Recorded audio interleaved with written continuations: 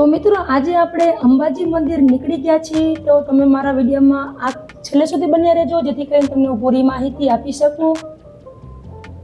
હાલો મિત્રો, બધાને હર હર મહાદેવ. હું છું ભારતી પરમાર. મારી યુટ્યુબ ચેનલમાં આપનું સ્વાગત છે. તમે બધા કેમ છો? સ્વસ્થ છો? આજ જોઈ શકો છો તમે, આપણે અંબાજી મંદિર પહોંચી ગયા છીએ અને અંદર ફોન લઈ જવાની અલાઉડ નથી, તો હું તમને બહારથી દર્શન કરાવીશું. તમે જોશો આજે માં આરાસુરી અંબાજીનું મંદિર. અંબાજી મંદિરની ઊંચાઈ છે 480 મીટર અને મંદિરની અંદર કોઈ દેવીની પ્રતિમા કે છબી નથી. યંત્રની પૂજા થાય છે અને આંખો પર પટ્ટી બાંધ્યા પછી જ વ્યક્તિ શ્રી દિશા યંત્રની પૂજા કરી શકે છે.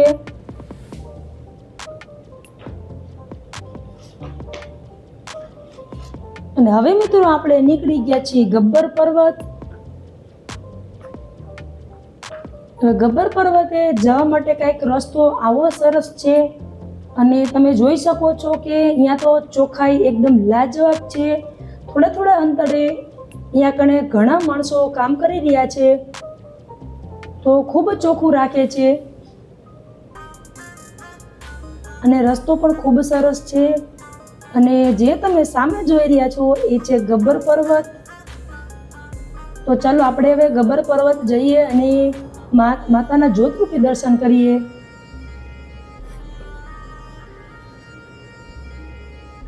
રોપવે સેવા પણ 1998ના વર્ષમાં શરૂ કરવામાં આવી હતી. રોપવે માટેનું બુકિંગ ઓફિસમાંથી સરળતાથી કરી શકાય છે.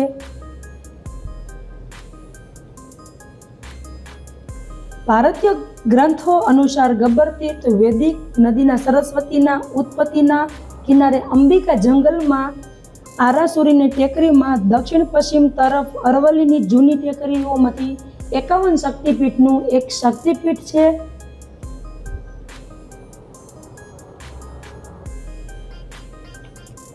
હવે આપણે રોપવેમાંથી નીકળી ગયા છીએ, તો હવે આપણે ઉપરનો નજારો પણ જોશું કે કેવો સરસ નજારો છે.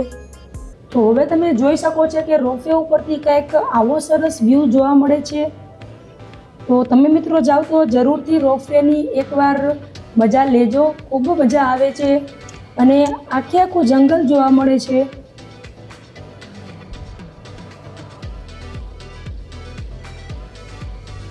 ગુજરાતીમાં ગબ્બરનો શબ્દાધિક અર્થ થાય છે પહાડી ગબ્બર. અખંડ જ્યોત જે જમીનના સ્તરથી 1.5 કિલોમીટર એટલે કે 1.5 કિલોમીટર ઉપર આવેલું છે. ચોક્કસપણે 999 પગથિયા માટે પ્રસિદ્ધ છે.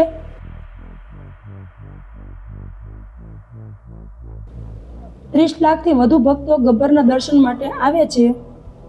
માતાજીનો ઝૂલો, કાળભૈરવ મંદિર ગબ્બરની પરિક્રમા સાથે આકર્ષણનો મુખ્ય બિંદુ છે. અંબાજી નગરીની ટેકરીઓ પરથી ભવ્ય નજારો, અરવલ્લીના જંગલો જોવા પણ ખૂબ સરસ વ્યૂ જોવા મળે છે.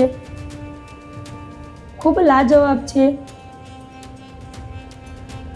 અને હવે આપણે પહોંચી ગયા છીએ ગબ્બર ઉપર.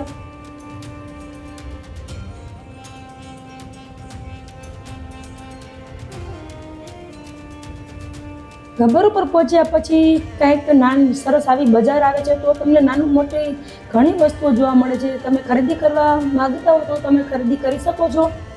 પ્રસાદને નારિયેળ પણ અહીંયા મળી રહે છે. ચૂંદડીને માતાજીનો પૂરેપૂરો શણગાર મળી રહે છે.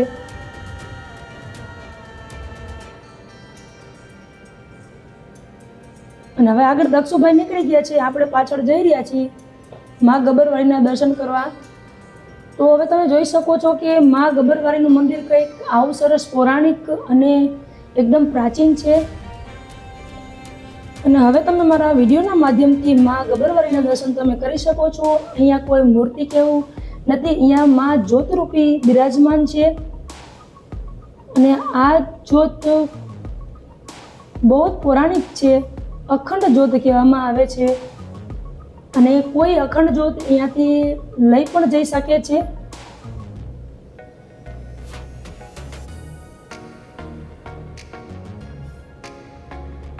અને ગબ્બર ઉપરથી કંઈક આવો સરસ નજારો જોવા મળે છે.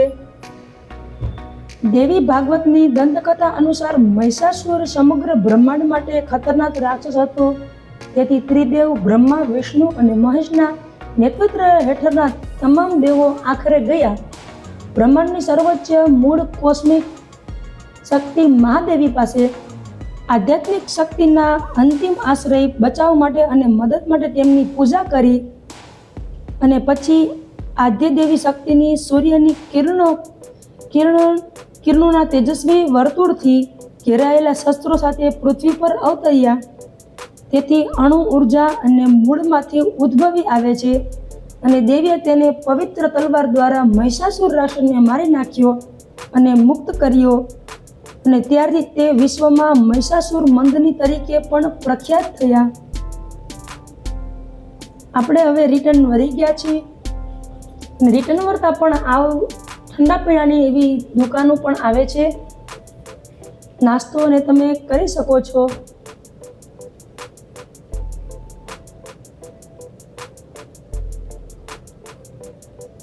થોડેક નીચે ઉતરતા અહીંયા કને ઘણી એક્ટિવિટી છે નાના બાળકો માટે, એ તમે નિહાળી શકો છો વિડીયોમાં.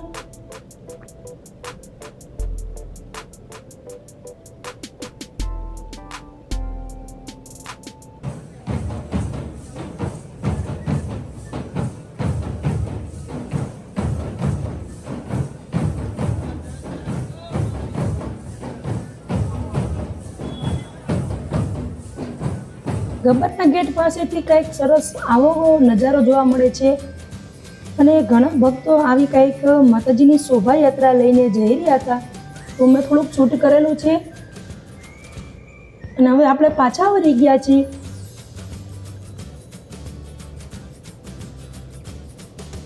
આ છે ગબ્બરનો ગેટ.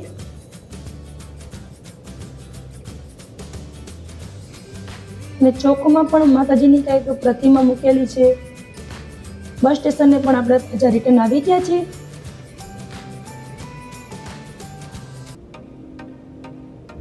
મારો વિડીયો આખો જોવા બદલ ખૂબ ખૂબ ધન્યવાદ. તમને વિડીયો કેવો લાગ્યો મને કમેન્ટમાં જરૂરથી જણાવજો. અંબાજીના દર્શન કર્યા અને ગબ્બરના પણ દર્શન કર્યા, તો વિડીયો સારો લાગ્યો તો લાઈક કરો, શેર કરો અને સબસ્ક્રાઈબ કરવાનું ભૂલતા નહીં.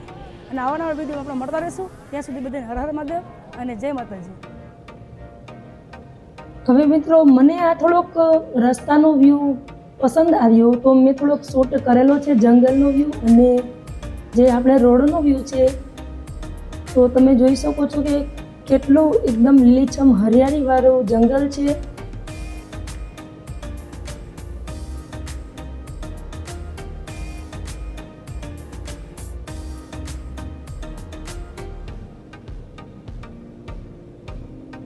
જંગલમાં ગાડી જતી હોય તો એમ થાય કે આ જંગલને જોયા જ કરી, એવો સરસ નજારો છે. તો મેં થોડોક શૂટ કરેલો છે.